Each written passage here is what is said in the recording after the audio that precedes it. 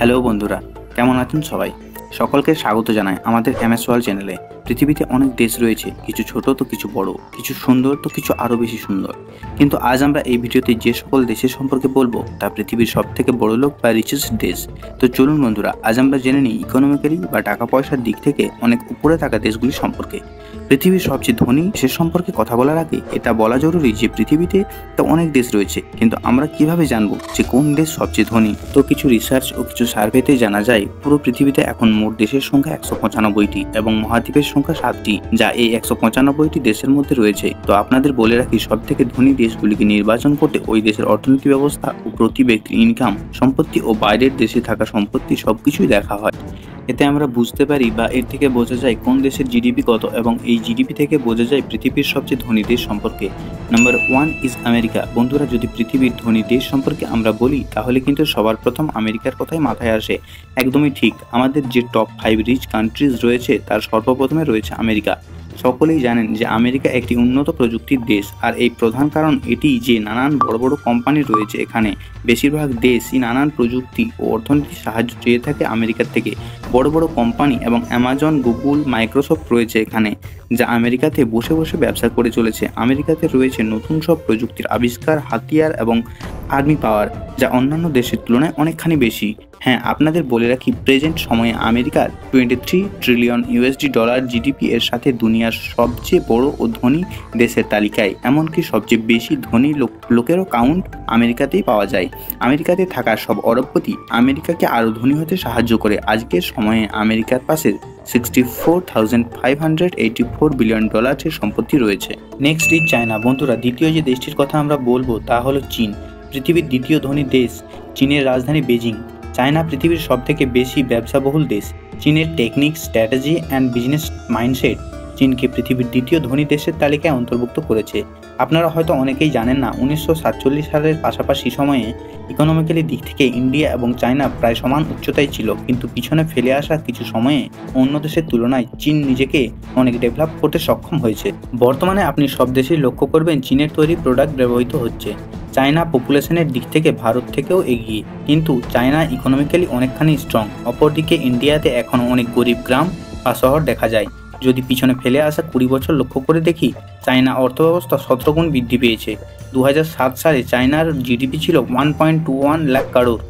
এই সময় চায়না বড় বড় দেশে নিজের বিজনেস স্টাবলিশ করতে ব্যস্ত।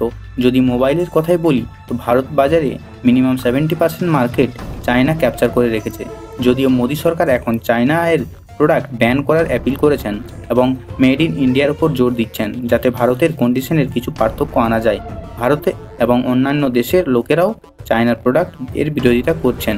চায়না যদি মোট সম্পত্তির কথা বলি তো তাহলে $74,884 বিলিয়ন ডলার। কিছু এক্সপার্ট এটাও বলেন যে 2028 সালের মধ্যে চায়না আমেরিকাকে পিছনে ফেলে প্রথম স্থানে চলে আসতে পারে। আজকের দিনে চায়না মোট GDP $17.46 trillion dollar. Next is Germany.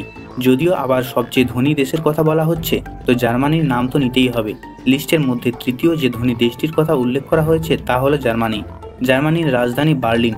Second world ওয়ারের জার্মানিকে অনেক পরিমাণে আর্থিক ক্ষতিগ্রস্তের সম্মুখীন হতে হয়েছিল। এই দেশ আর্থিক ক্ষতিগ্রস্তের পরেও অনেক উন্নতি করেছে এবং দেখতে দেখতে পৃথিবীর ধনী দেশের তালিকায় 3 নম্বরে নিজের নাম নথিভুক্ত করেছে। জার্মানি ব্রিটেনের মতোই ছোট একটি দেশ। এখানে জনসংখ্যা খুব একটা বেশি না, সেই কারণে এখানকার আবহাওয়া দূষণমুক্ত। এখানে আপনি প্রাকৃতিক সৌন্দর্যতা ভরপুর উপভোগ করতে পারবেন। জার্মানি দেশটি ছোট হওয়ার কারণে এখানে গরিবিও খুব একটা দেখতে পাবেন না। এই দেশে প্রায় সকল মানুষেরই আর্থিক স্থিতি অন্যান্য দেশের তুলনায় অনেকখানি ভালো। সেই কারণবশত হ্যাপিনেস বা খুশির দেশ বলতে পারেন আপনি জার্মানিকে। জার্মানির আর্থিক ব্যবস্থা ইউরোপের তালিকায় সর্বোচ্চ অবস্থিত। যদি আমরা জার্মানির মোট সম্পত্তির কথা বলি তা $18.3 ট্রিলিয়ন ডলার। এই দেশে এডুকেশনের উপর খুব জোর দেওয়া হয়, যে কারণে এই দেশের প্রায় প্রত্যেক মানুষই শিক্ষিত। আজকের সময়ে জার্মানির মোট GDP $3.693 trillion dollar. Next is Japan. বন্ধুরা, চতুর্থ যে ধনী দেশটির কথা আমরা বলবো তা হলো জাপান। যার রাজধানী টোকিও। জাপান তার নিজের সব দামদার টেকনোলজির জন্য প্রসিদ্ধ। আপনার জানা দরকার, টেকনোলজির দিক থেকে জাপান কিন্তু অন্যান্য দেশের তুলনায় অনেকখানি এগিয়ে। এমনকি টেকনোলজির দিক থেকে জাপান আমেরিকাকেও টক্কর দেওয়ার ক্ষমতা রাখে। জাপান তার দেশের তৈরি হাতিয়ার ও অন্যান্য সামগ্রী এক্সপোর্টের জন্য জানা যায়। বর্তমানে জাপান এবং ভারতের সম্পর্ক খুবই ভালো। বুলেট ট্রেন সম্পর্কে আপনি তো নিশ্চয়ই শুনেছেন। এটা কি জানেন যে জাপান এবং ভারত মিলে বুলেট ট্রেন শুরু করার প্রস্তুতি নিচ্ছেন? এই ট্রেন আহমেদাবাদ থেকে মুম্বাই পর্যন্ত চলবে, অর্থাৎ জাপানের সহযোগিতায় এবার ভারতেও বুলেট ট্রেন চলতে চলেছে। আপনি জেনে হয়তো অবাক হবেন, জাপানের 100%ই মানুষ শিক্ষিত এবং কোনো না কোনো ডেভেলপমেন্ট কাজের সঙ্গে যুক্ত। জাপান G7 এবং G12 এর সদস্য। যদি জাপানের সম্পত্তির কথা আমরা বলি, তা মোট $12 ট্রিলিয়ন সম্পত্তির সঙ্গে চতুর্থ স্থানে রয়েছে। Next is India. বন্ধুরা, বর্তমানে ধীরে ধীরে ভারত যেভাবে নিজেকে এগিয়ে নিয়ে যাচ্ছে এবং নিজেকে যেভাবে ডেভেলপ করছে, আগামী কিছু বছরের মধ্যে ভারত নিজেকে আরও উঁচু স্থানে নিয়ে যাবে। ভারতে উৎপন্ন জাতীয় দ্রব্য, শস্য এবং নানান জিনিস ভারত থেকে অন্যান্য দেশে ট্রান্সপোর্ট করা হয়, যা ভারতকে পৃথিবীর 5ম ধনী দেশের তালিকায় অন্তর্ভুক্ত করেছে। আপনার জেনে হয়তো অবাক হবেন, ভারতের ইকোনমিক্যালি সাপোর্ট অ্যাপ্রক্স 30% ট্যুরিজম থেকে আসে। ভারতই হলো এমন এক ঐতিহ্যবাহী দেশ যেখানে আপনি সকল প্রকার, সকল ধর্মের এবং সকল কাজে যুক্ত মানুষজন দেখতে পাবেন। যদি ভারতের মোট সম্পত্তির কথা বলা হয়, তা $13.1 ট্রিলিয়ন, যা ভারতকে বিশ্বের 5ম ধনী দেশের তালিকায় অন্তর্ভুক্ত করেছে।